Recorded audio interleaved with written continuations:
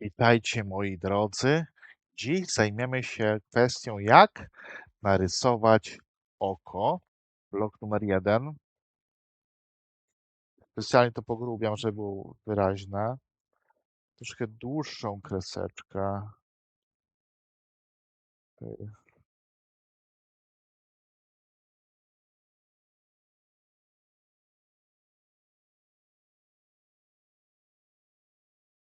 Te, które rysowałem dodatkowo, to są już takie kreseczki, które będą po prostu mogły nam troszkę pomagać ze światłocieniem, z jakąś pracą ze światłem, z oświetleniem, kolorem. Dobrze.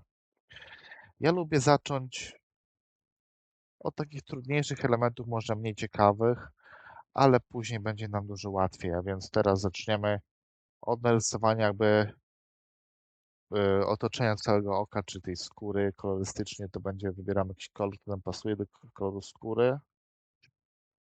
I oczywiście ja to wykonam poprzez zaznaczenie tutaj obszaru dookoła oka, poprzez inwersję. Dobrze, tylko nie na tej warstwie. Musimy cofnąć. Będzie warstwa poniżej za moment. Dobrze, przeszliśmy na warstwę poniżej, czyli pracujemy na warstwach. Pamiętajmy o tym, nie robimy wszystkiego na jednej warstwie. Ten element skóry jest poniżej tego elementu, który tam tutaj obrysowaliśmy. Dobrze. Teraz, tak jak mówię, te dodatkowe kreseczki, które są tutaj ponad okiem i poniżej, będą troszkę w ciemniejszych kolorach. Oczywiście wszystkiego nauczycie się z czasem, nabierzecie wpraw, będziecie wiedzieli dlaczego. A może już ktoś z Was wie, dlaczego tu jest troszkę ciemniej? Może dlatego, że tak po prostu oczami jest, że tutaj mamy troszkę takie ciemniejsze elementy. Malujemy, malujemy. Tutaj możemy zwiększyć rozmiar pędzla, żeby po prostu skrócić czas rysowania.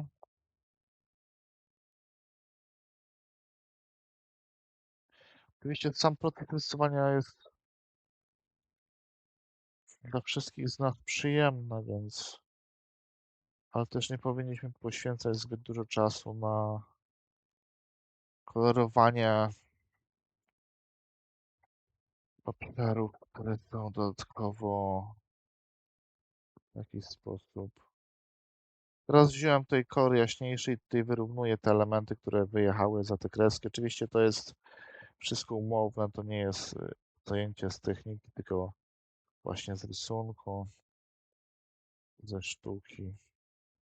Dobrze, to ma nam tylko troszkę uzmysłowić pewne elementy, że coś jest jaśniejsze, coś jest ciemniejsze.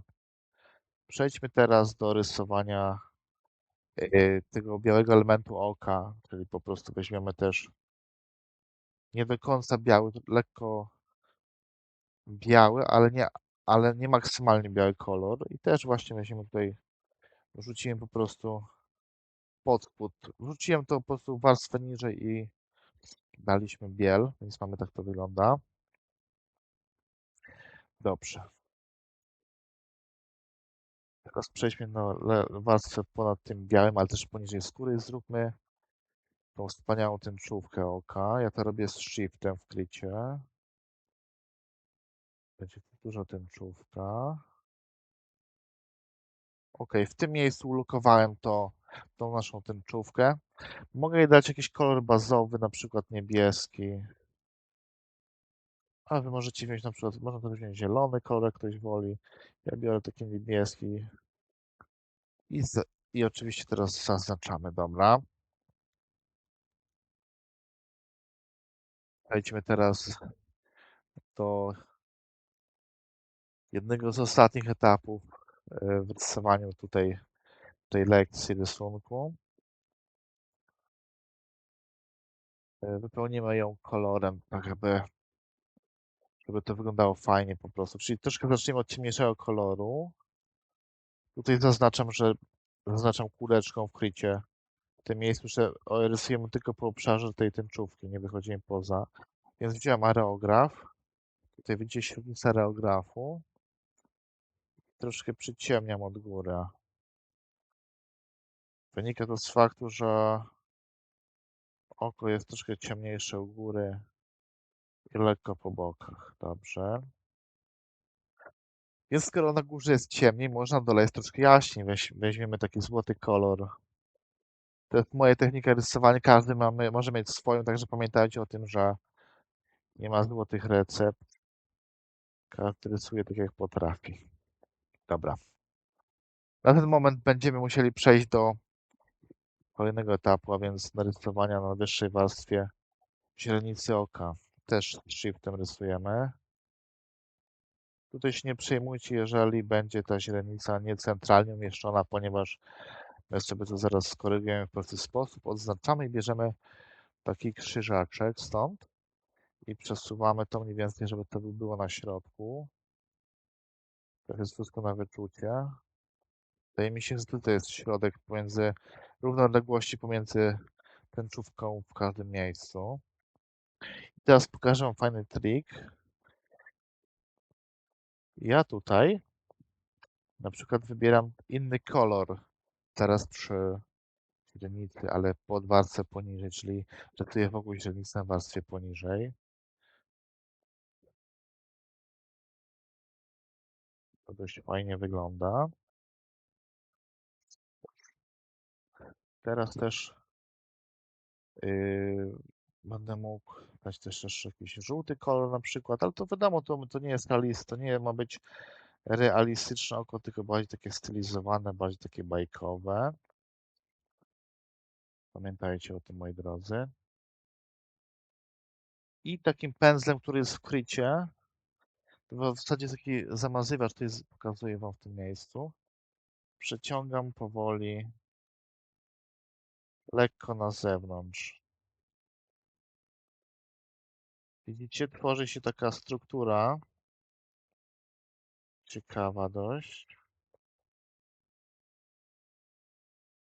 Mnie się osobiście to bardzo podoba.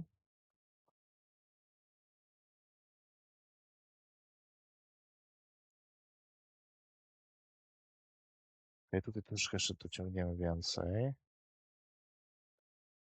Teraz zwiększę średnicę tego pędzla na 263.